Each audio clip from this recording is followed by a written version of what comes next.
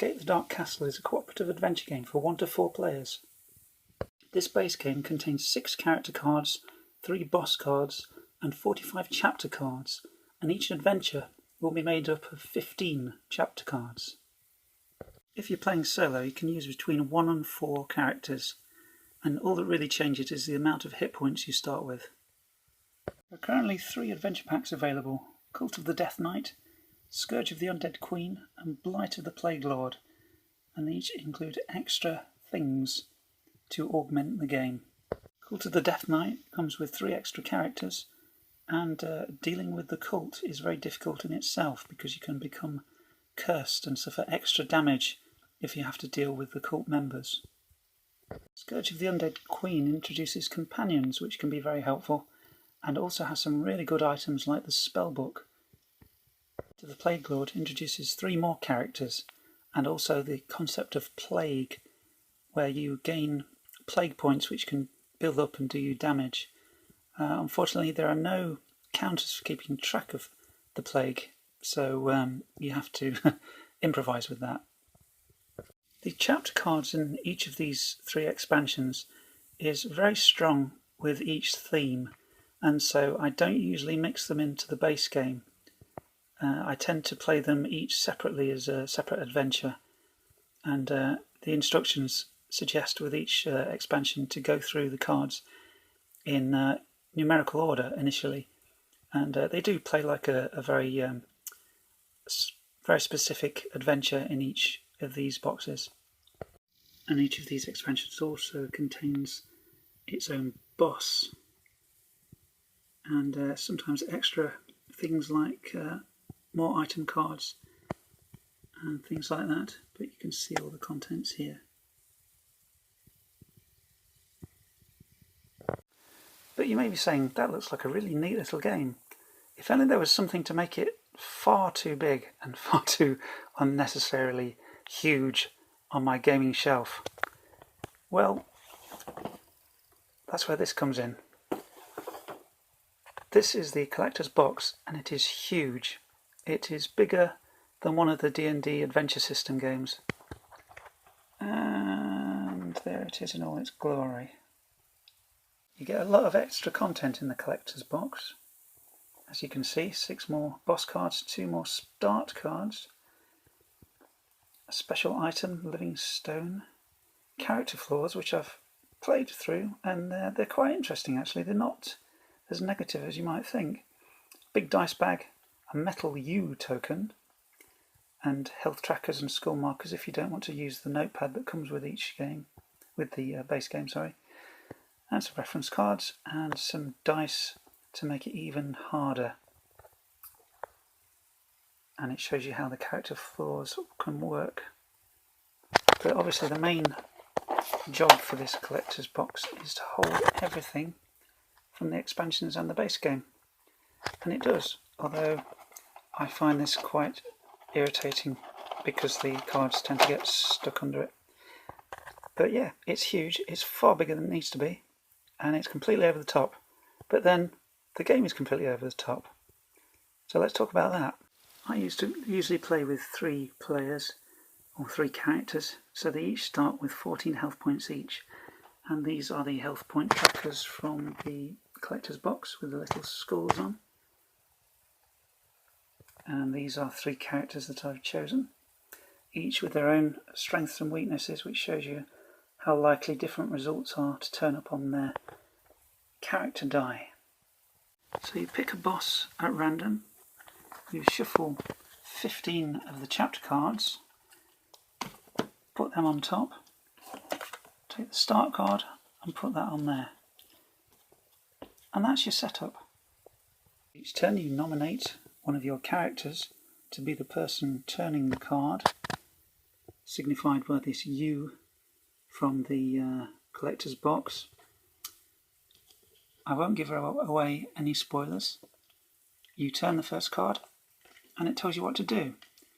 Now, on this card, basically, as you might expect, it's your introductory card, and you're able to pick an item card from the item deck, and so that gives each of your characters a little bit of help as they start off. Sorts of items from weapons to food to magical things which can help you out. And so each character can only hold 2, so basically 1 in each hand, so I always set up my characters like this. Show the text of any of the cards because I don't want to give anything away, but this is just one of the pictures, a monster, and each card has a challenge on it or a choice. So that might be you see some pies cooking and you think I could try and steal one of those pies, so you send one of your characters and they have to roll a certain result or avoid a certain result, and if they succeed they manage to get a pie and they can restore 2 hit points, or if they fail then the cook will be really angry and will hit them and that will damage them for 2 hit points and they'll come away with no pies. Or it could be a fight with a monster, or trying to dash through some traps, or a simple choice. Do you want to take this thing, this special item, or leave it alone?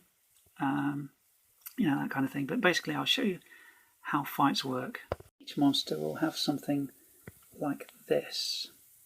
So these symbols here show you their chapter dice things, and this number here, if your characters don't finish off the monster by the end of a round, then this will be the amount of hit points your characters will lose.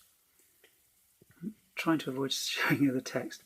Okay, so basically this means you have an eye symbol, which is cunning, wisdom, and this symbol means you roll chapter dice as many as there are characters. So in this case I would roll 3 chapter dice. These are the symbols that are already there, the cunning and wisdom. Then I roll 1 die for each character. So we get 3 more wisdom. So that is the full extent of this monster. Now each turn you can choose, usually you can choose to have some or all of your characters involved. Sometimes they get split up and they each have to fight an enemy. But in this case, for instance, the smith could have a go. He rolls 2 might, which is of no use, but as he's rolled a shield, he will not be damaged at the end of this round if the monster is still alive. Now the tailor will roll. She rolls 2 wisdom and a shield, so she gets rid of 2 wisdom, and she will not be damaged either. Now the abbot will have a go.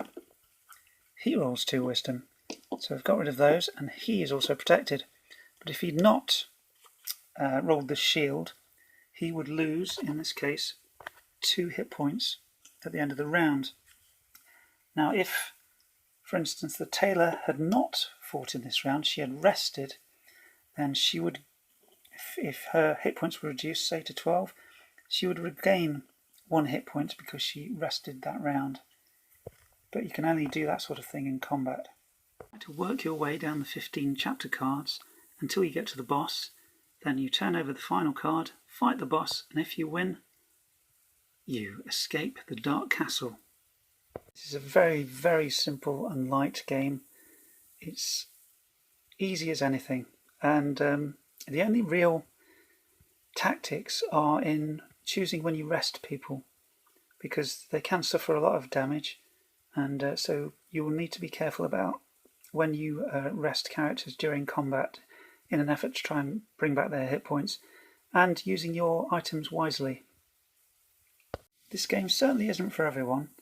I enjoy Runecast, which is similarly simple and light, and if you like the old Fighting Fantasy books, it's very similar to that. The artwork is quite similar, the black and white line drawings. If I show you another picture. Oh, that's a really unpleasant place, isn't it? Yeah, if you like this artwork, then you might like the game. But if you're looking for a clever game with lots of intricate rules, this is just dice chucking. It's really, really as light as you can get. Although I've shown you some extra bits and pieces today, this is what you get in the base game.